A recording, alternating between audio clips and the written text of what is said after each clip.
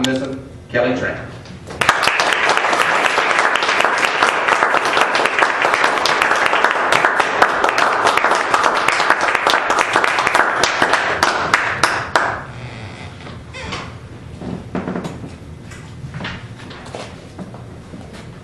Where are the roots of my optimism? Is it in the hope for a better tomorrow, hope for the unconditional love from family? Or is it in the hope that someone did something 10 times more embarrassing than I did? Now, let me tell you a story. I like to think that I live by the ideology that things will get better. But how did this come about? A couple years ago, I was in my totally spotless room doing homework. Oh, don't you love the sound of pencil on paper, the flip of textbook page, and the quiet whisper of a tear? Surprisingly, I wasn't the one crying. I didn't know it yet, but great sadness was present in my home. I walked downstairs to greet my mom. She was in her closet, but the door was closed. I couldn't hear the melodious sound of my mother's voice resonating throughout the house. Instead, I heard little sniffles. At first, I thought, that can't be my mom, right? I walked downstairs and went to greet my mom. My mom opened the door and just looked at me.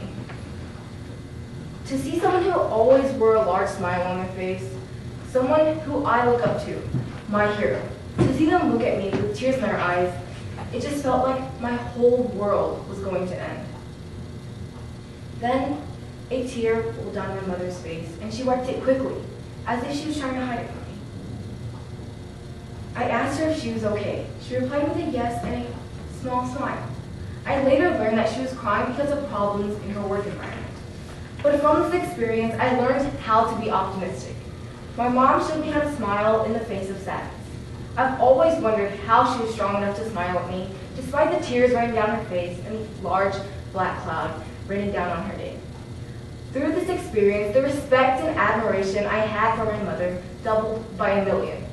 She taught me how to smile through the pain and how to find the good in a horrible situation.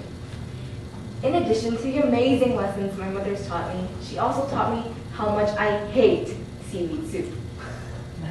Perhaps optimism is me hoping that she'll never make seaweed soup ever again.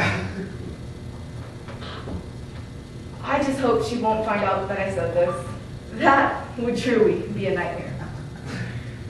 But let's think, what would be a disastrous nightmare for a student? You know those mighty struggles of a wheeled student like me? Maybe it's the fact that I didn't get my weekly allowance to buy that Barbie doll I really wanted.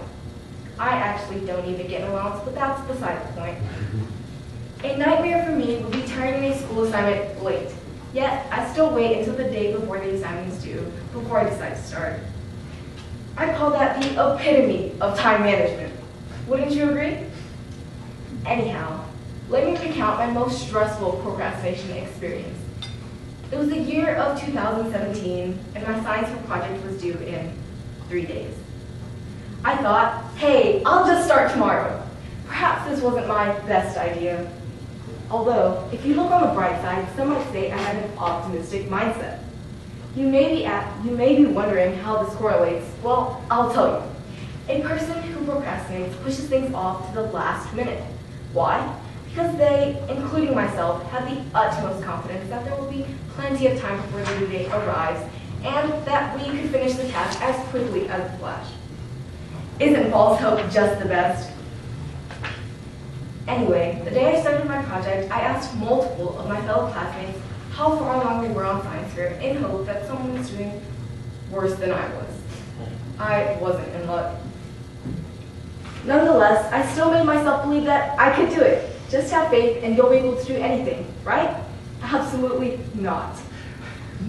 I didn't realize the fault of my optimistic thinking until after I'd gone through 2 days of no sleep and a tornado that made my hair resemble a bird's nest, which is so last season. In any case, I'm sure you would like to hear that I learned from my mistakes, and trust me, I would too. Despite all my tragedies, I still managed to come out smiling. I have to give my mom all the credit for this one. I'm truly glad that when I think back to my roots of optimism, the first person that comes to mind is my favorite person in the entire world, dare I say, the most splendid human being to ever exist, my mother. In the end, the roots of my optimism stem past my procrastination and my hate for seaweed soup, and they all trace back to my mother.